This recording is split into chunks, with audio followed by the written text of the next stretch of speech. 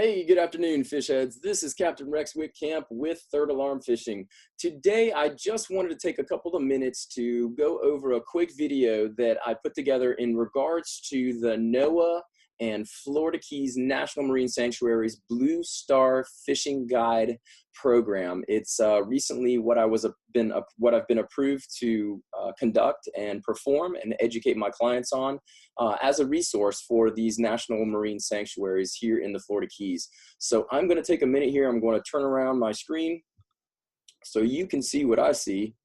And I'm going to go over this quick minute. If it's going to take just a couple of minutes, so if you don't have time right now, that's okay. You can save the video, come back and watch later. I do appreciate your effort in trying to stay tuned to my channel. And once I get this up, here we go. So like I said, this is a Blue Star Fishing Guide. It's Capt.Rex Witkamp with Third Alarm Fishing. And the goal of this is just to provide insight and a little bit of explanation on what the program does. So its goal is to educate and sustain and promote the program, okay? So the Blue Star Fishing Guide program, it was established by the Florida Keys National Marine Sanctuary, and it's to reduce the impact of all the anglers on our ecosystems here in the Florida Keys. So what do Blue Star Fishing Guides do? Well, the purpose of this program is to reduce the negative impact that visitors have on fishing trips, and then they can have on the historic, the biological, and the cultural resources within the Florida Keys National Marine Sanctuary. Okay, that's FKNMS, or we just call it the sanctuary here. So recognizing charter fishing operators who meet the set criteria to educate their clients and to conserve the special ecosystem of the Florida Keys. It's also a program goal. Obviously, our goal here is to increase awareness and the stewardship of angling community in the sanctuary, and also to increase a better communication flow between our partners and to provide opportunities between the sanctuary and the charter fishing community. So we want to promote this program and the Florida Keys National Marine Sanctuary as a multiple use recreational area. If you're familiar with Key Largo, you've heard that Key Largo is the scuba diving capital of the world, and Isla Mirada is the fishing capital of the world, the sport fishing capital of the world. Obviously, our livelihood here depends on these waters. So this program was established to promote these areas as a multiple use recreation area. So here's a fun fact for you, okay? The sanctuary encompasses more than 2,900 square miles, starts south of Miami, and it moves westward past the dry Tortugas. Okay, it's home to more than 6,000 species of marine life, and less than 5% of the sanctuary is closed for fishing. People have a misconception when they come down here that you can't fish in the sanctuary. That's not true. Less than 5% of the sanctuary is actually closed for fishing. And this is how we manage this area. So of the 750 fishing charter businesses in Monroe County, there's actually only 6 that are official Blue Star fishing guides, and that's less than 1%. 1%. That was a shocking statistic for me to read and find out. So how do Blue Star Fishing Guides, how do we do this? So what do we do? What are we talking about? We comply, first of all, with all the applicable laws and regulations that are federal, state, local, county, what have you. All right. We follow established policies and recommendations and the guidelines for responsible angling. Guys that are out there owning fishing charters in Monroe County, you're doing most of these things anyway. All right, so we just volunteer to exceed those standards specified by law, these policies, the guidelines, and to promote more responsible stewardship of the fisheries resource that we're blessed to live and work around every day. We also participate in trainings. We conduct onboard educational briefings. When clients come aboard our vessels, we give them information in a briefing that lets them know and summarizes what we do as a program. We also provide them with outreach and educational materials that are funded in part by NOAA itself. We promote the Blue Star Fishing Guide program, and then we've also participated in at least one conservation-related activity per year. We have to be reapproved every year, and based on our actions for promoting the program, whether or not we're accepted, you can't just one and done. You have to actively be involved with this effort to promote and educate our clients and sustain this fishery. So what specific actions do we take? Well, we use gear that's suited to the size of the targeted fish species. We don't use oversized hooks or undersized hooks. We use the right appropriate size hook, the right size and type of leader, the right size rod, right size reel. Everything is specifically targeted and tailored for that fish species to provide maximum efficiency fishing on the water, but also to sustain the fishery. It's double reasons, more than one reason why we pick the tackle that we do. So we want to limit the fight time on the fish. Obviously, it's a good fighting fish is a good experience, a great experience, but we want to limit the fight time for that fish in order to not exhaust the fish if we're not going to plan on landing and keeping the fish.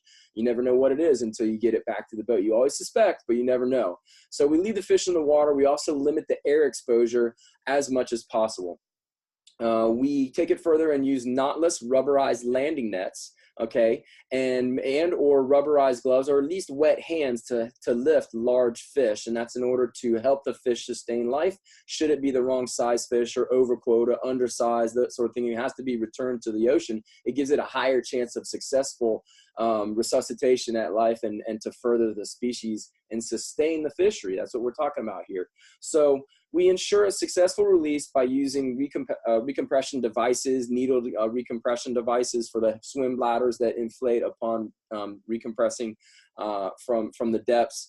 You may have seen some of the fish that come up and their stomachs are distended out of their mouths, and so there's a way to, if you just put that fish back in the water, it won't live. It will die at the surface, or it'll be picked at by seagulls, or maybe another species will come and eat it. So we're not doing very responsible things by bringing a fish up from the depths and figuring out that it's not the right size or type or out of season or not legal, and then we have to return it without taking any preventative actions to be able to help that fish and sustain the fishery. So we ensure an ethical harvest, okay, and we don't keep more than we need, and we make it clear, and we ask our clients, how much do you intend to keep? Do you intend to take it home? And a lot of these clients are from out of state, and they just want to fish, and that's it. Maybe they want the fillets, maybe they don't want it. They just want to go fishing. So get communication going with your clients and figure out what they need, what their needs are, and it'll help take steps to sustain your fishery even more. We don't attempt hook removal if the hooks are deeply embedded in the fish. That's a good way to kill the fish right in your hands, is to try to de-gut that fish with it in your hands. So if it's practical, you remove the hook. If not, we trim it close to the hook and release the fish, because it has a higher rate of survival when released in that state. If you happen to find this video and you are a fishing guide within the Florida Keys, you're one of the 750, but you're not one of the 6, and you're interested on becoming a Blue Star fishing guide, what do you need to do? Well, you'll be what are the advantages, I guess, is what we're trying to get at.